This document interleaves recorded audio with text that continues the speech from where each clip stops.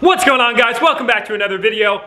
Yeah, I made a mistake, and that mistake is the fact that when I recorded this intro, it was just like that, but on an earlier day, but the camera wasn't recording, so I was kind of doing this, but it didn't really count in a way. And when I was editing the video, I realized that, so I had to film one. So guys, welcome back to the video. The Minimax is broken, really bad. We're gonna switch to that footage here in a second, but I just wanted to remind you guys that double entries for your chance to take home Super Duty Sam are now live. Head to Enthusiast, grab your entries because you might be taking this truck home. And right now, you can double your odds. Yes, ×2 multiply your odds for a chance to take that thing home. I'm gonna be sad to see it go because I love this truck. I love what the 6.7 has to offer. I don't care that it was once a blue oval that's, well, now paint matched. I have completely no brand bias between GM, Dodge, and Ford. This truck changed a lot for me. And honestly, I think it's changed a lot for all of you guys, and I can't wait to find out which one of you takes it home. Flannels are still available in extremely scarce quantities. If you wanna grab one, I'd suggest doing it as quickly as you can. That will be the only flannel available for this giveaway. We got a lot of other awesome products up on the site and designs that are just so symbolic of what we love, which is our passion for epic vehicles. In the meantime, enjoy the vlog. I gotta get back up to editing. All right, guys, I'm recording on my phone right now because I don't have my camera. I'm on my way back from Lancaster Archery Supply. Just got my bow all tuned up. I'm gonna put this in a vlog. I'm probably gonna start the vlog and then fast forward to this point right now. But the Minimax is broken. I have no idea what's going on with it.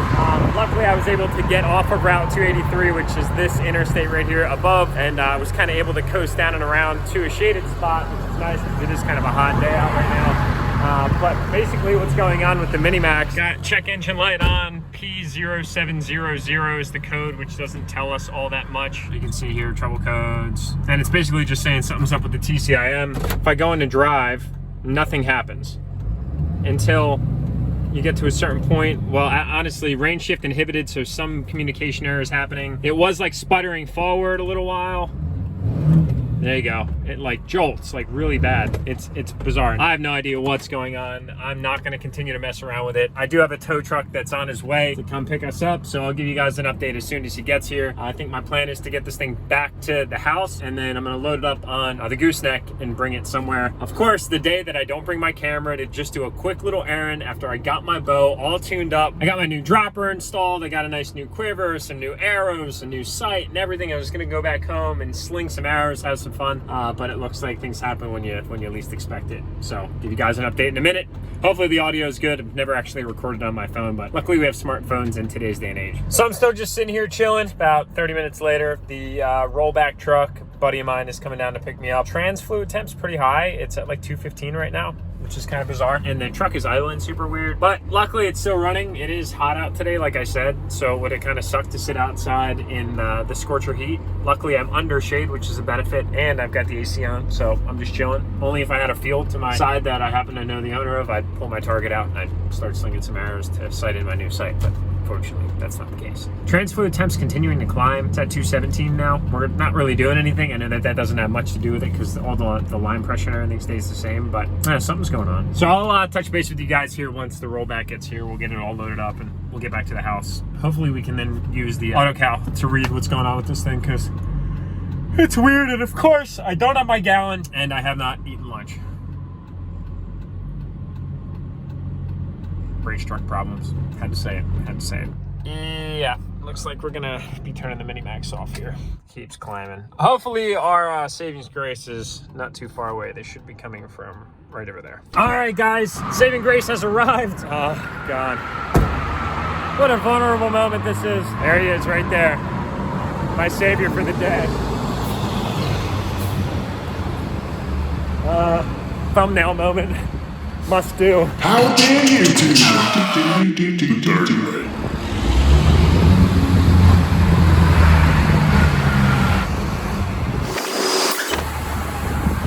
How dare you do the dirty way? Minimax is getting saved. It's the first time the truck's ever been on a rollback, considering the fact that we've had like 40 runs on it on the track. A bunch of street time. I can't say that we've done too bad. Another thumbnail moment. Going down the road. Can't get hit by a car. And up it goes.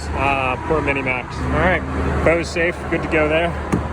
New harness. I'll show you guys the bow setup here once we get home. I was going to have somebody grab my gooseneck, but for timing purpose, it just made sense. Tow truck company is literally right around the corner, so it happened to kind of make a little bit more sense. I was considering throwing a post up on Instagram. I know I have an amazing following locally that has trucks and trailers, etc. Some people I probably don't even know yet that would have probably offered to help out, but this just happened to make sense this time around. All right, guys, so we're just about loaded up here. I'm gonna go ahead and jump onto the cab, see y'all back at the house. And the cool thing about today is gonna be the first time we're actually towing with Super Duty Sam. You can see he's got a little bit of a Lancaster lean going on, but I'd say that it's not as gangster as the Denali's. The Denali definitely gets a little bit more squat going. Airbags on this? I wouldn't say. Airbags on the Denali, an absolute must-have. We ended up using the winch for the second time on the Minimax to get the truck up on the trailer. I'll tell you guys what, at first buying this, I was like, all right, am I buying a little bit too much of a trailer? But now I can tell you that this thing has paid itself off tenfold. To be honest with you, the white truck on the white trailer towed behind a gray truck, the J7 Gray, is actually a really nice combination. Flows well together. Super Duty Sam, man, he's got the looks. They took my trash today, if you were wondering. Drive, tow haul on, exhaust brake engaged. Garage door shut, and boys, we are off. Towing for the first time in Super Duty Sam. So needless to say, we've already proven to anybody that has a use case for towing that might win this truck, well, it's totally doable. And if you didn't know, it's got a brand new B&W gooseneck hitch in it that was installed literally just before I had acquired it in my possession. Kind of great timing for anybody that has a gooseneck that's going to win this truck. So whenever you're towing in a new truck, first thing you want to do is make sure you've got your trailer brake gain configured. We don't have much behind us here, so we'll go like 5.5 and see how that treats us. And if you wanted to, being that this truck is a Lariat, you could extend the mirrors. If you had like a really wide load, you can see Sean crushed it with his paint match, got everything in there, and these mirrors work flawlessly, just as they did before they got paint matched. But now they work well, and they just look a hell of a lot better. But honestly, for the gooseneck, I really don't need that. Well, it looks like they got the accident cleaned up. That's a good thing. So I just like to keep them factory because then I don't have to mess with everything too bad. One really funny and super bizarrely random thing that I've noticed on this truck is that that mirror likes to whistle. There's something about how the air passes through those two arms. Sometimes it sings a sweet melody. I just don't know. Ford guys, is that common? I have no idea. That's a factory mirror. Did it before it got painted. Now that it's painted, does it again? Who knows? Might just be a Ford thing. Oh my God, you know what I just realized? I forgot the keys to the Minimax. They're sitting on the counter. Innocent mistake. Looping back before we get on the road. Man, what an amateur mistake. See you, doggies. Man, look at that setup though. I'll take it, I'll take it. It kind of looks like it's gonna rain. The truck's so clean right now. I really hope it doesn't rain. All right, hopefully that was the last thing. Let's get route.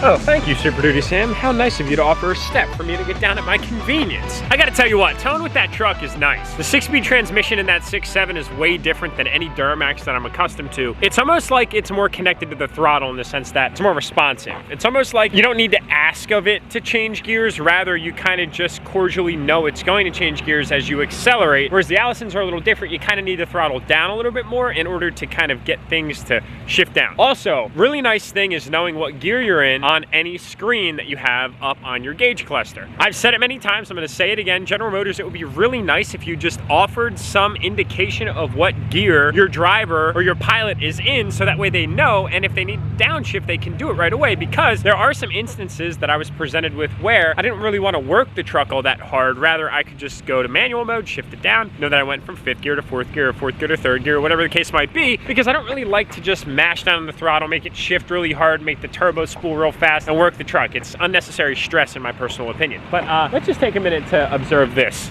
right here. Oh my God. Oh my God, it just knows me so well. I love it. Oh my God, I love it. It hurts so good. Ladies and gentlemen, welcome back to Diesels Unlimited, where we are gonna drop the Minimax off and let him get his rehab. Unfortunately, we are not gonna be able to hang out here to see what the diagnosis is. I'm just gonna have to keep you all posted as more videos come out on the channel. Logan is very busy. As you can see, he's got a ton of clientele down here, all for some of the best transmission builds, arguably, that could be offered. Big disclaimer here, guys. I have beat the ever-living crap out of this transmission, so it wouldn't surprised me that my negligence is the reason that this broke. I'm not going to attribute it to any of the parts or service that are from here at Diesels Unlimited. Rather, Logan said, hey Jack, I know you're probably gonna do burnouts. I know you're probably gonna roast them. It's not the best thing to do as it's going to wear down components way faster than that of, let's just say, racing or street ripping down in Mexico, of course. But of course, knowing me and obviously respecting Logan's opinion, I said, look, with all due respect, I'm not trying to disrespect you, but I'm gonna do burnouts. I like to do burnouts. I got the Minimax, and it's